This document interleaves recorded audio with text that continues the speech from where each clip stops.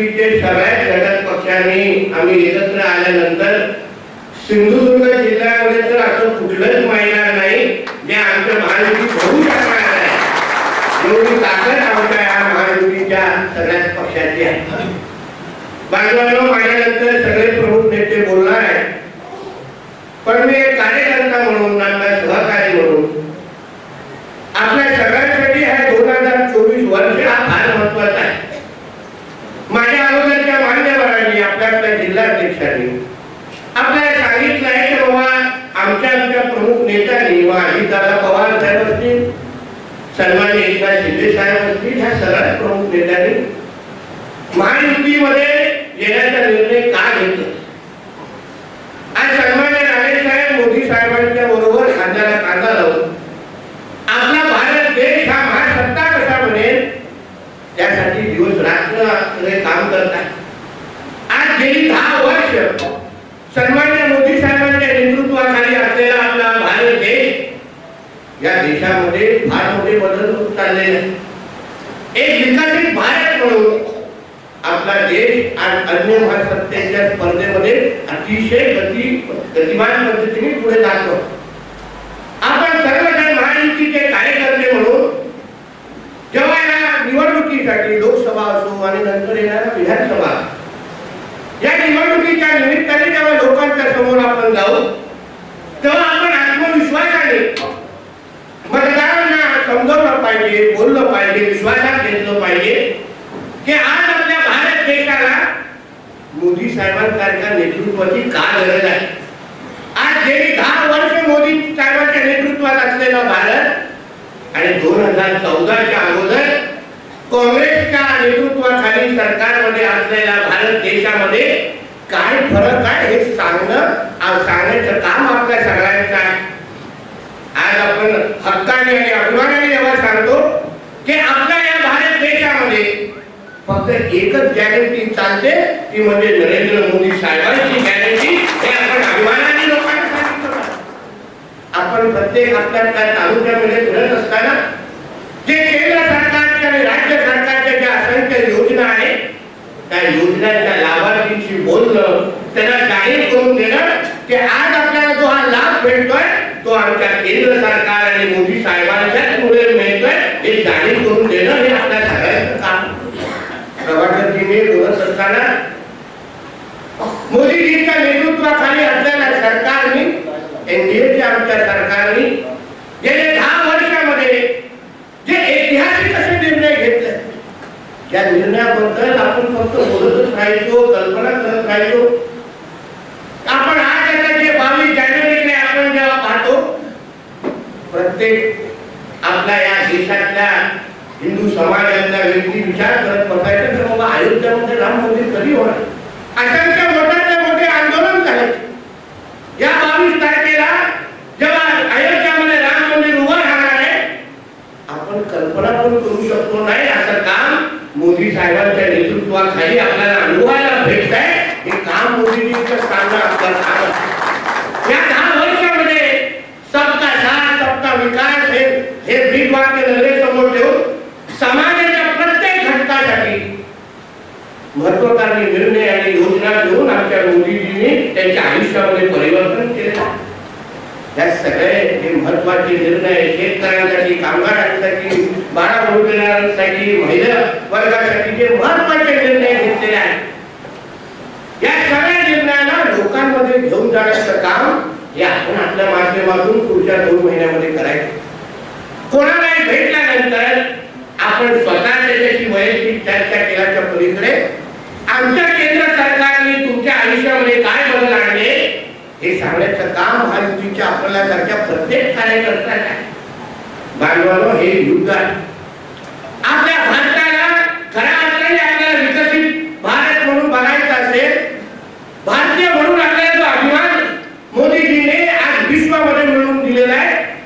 आज विश्वातला कुठलाही, जगातला कुठलाही राष्ट्रपती असो, पंतप्रधान असो, तो जेव्हा आपल्या भारताकडे पाहतो तेव्हा तो आदराने पाहतो, अभिमानाने सांगतो की मी मोदीजींचा मित्र आहे, नरेंद्र मोदीजी हे खरे बॉस आहे हे सांगण्याचं काम आपल्या पंतप्रधानांबद्दल करतायत. आपल्या ह्याबद्दल भारतीय म्हणून आपल्या प्रत्येकाला अभिमान वाटतो.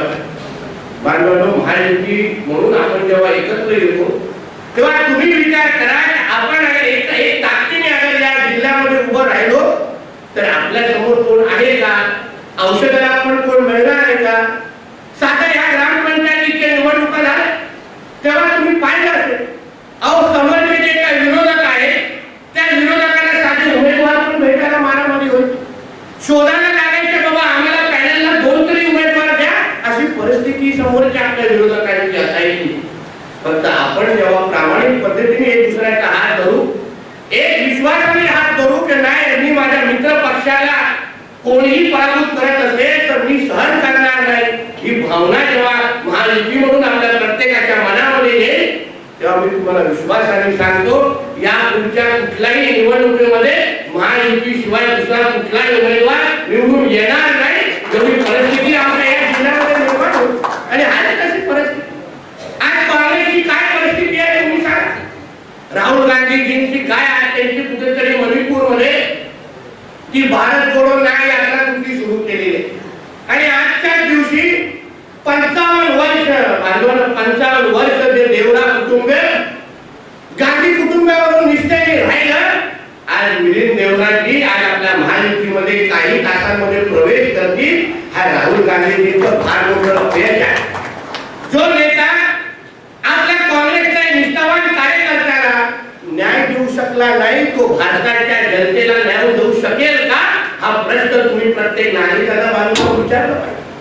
म्हणून या निमित्ताने आपल्याला मी विनंती, बांधवांनो, काम करत असताना आपल्या असंख्य विरोधी पक्षाचे लोक येणार, चर्चा करणार, पण आपण या रत्नागिरी त्या सिंधुदुर्गाची जनता म्हणून, मतदार म्हणून, कार्यकर्ते म्हणून तुम्ही विचार करा की गेली 10 वर्ष आपण जो निवडून देणारा जो खासदार आहे त्यांनी आपल्यासाठी नेमकं काय केलं हा प्रश्न पहिले स्वतःला तुम्ही विचार.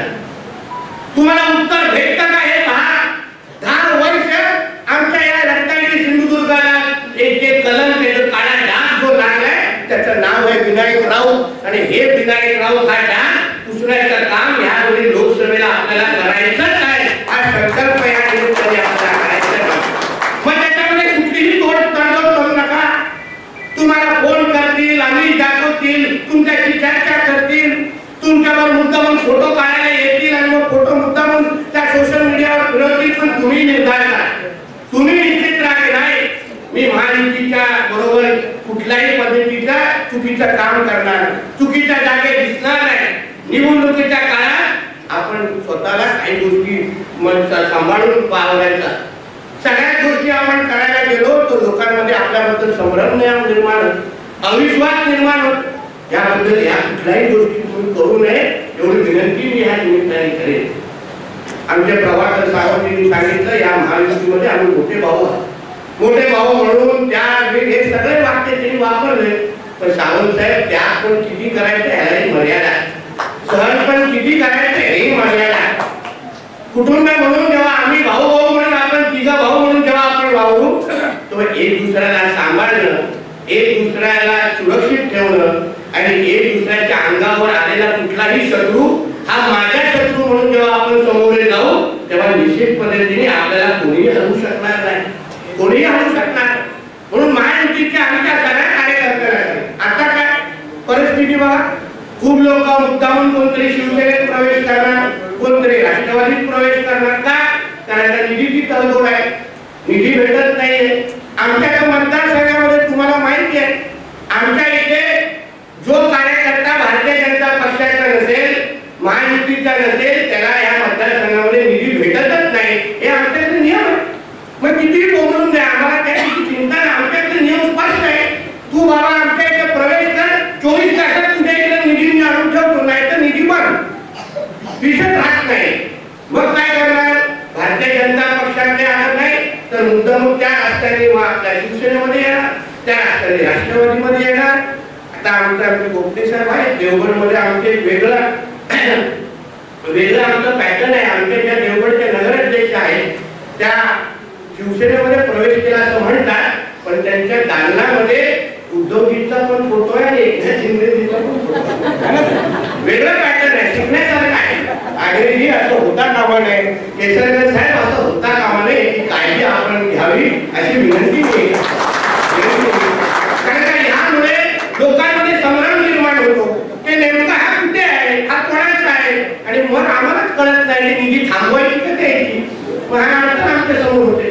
म्हणून अशा पद्धतीची कुठली परिस्थिती कोणावर येऊ याच्यामुळे अविश्वासाचं वातावरण निर्माण यामुळे एक दुसरे कार्यकर्ते किंवा एक दुसऱ्याकडे बघतात, मग ते असं वातावरण आपल्यासाठी निवडणुकीच्या काळात बरोबर नाही.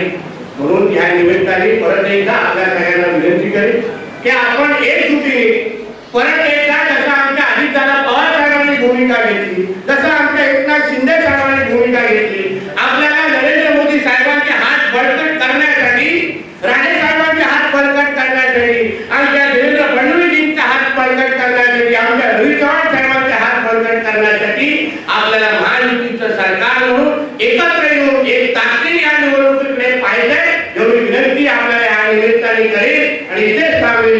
जय हिंद, जय महाराष्ट्र. एबीपी माझा, उघडा डोळे बघा नीट.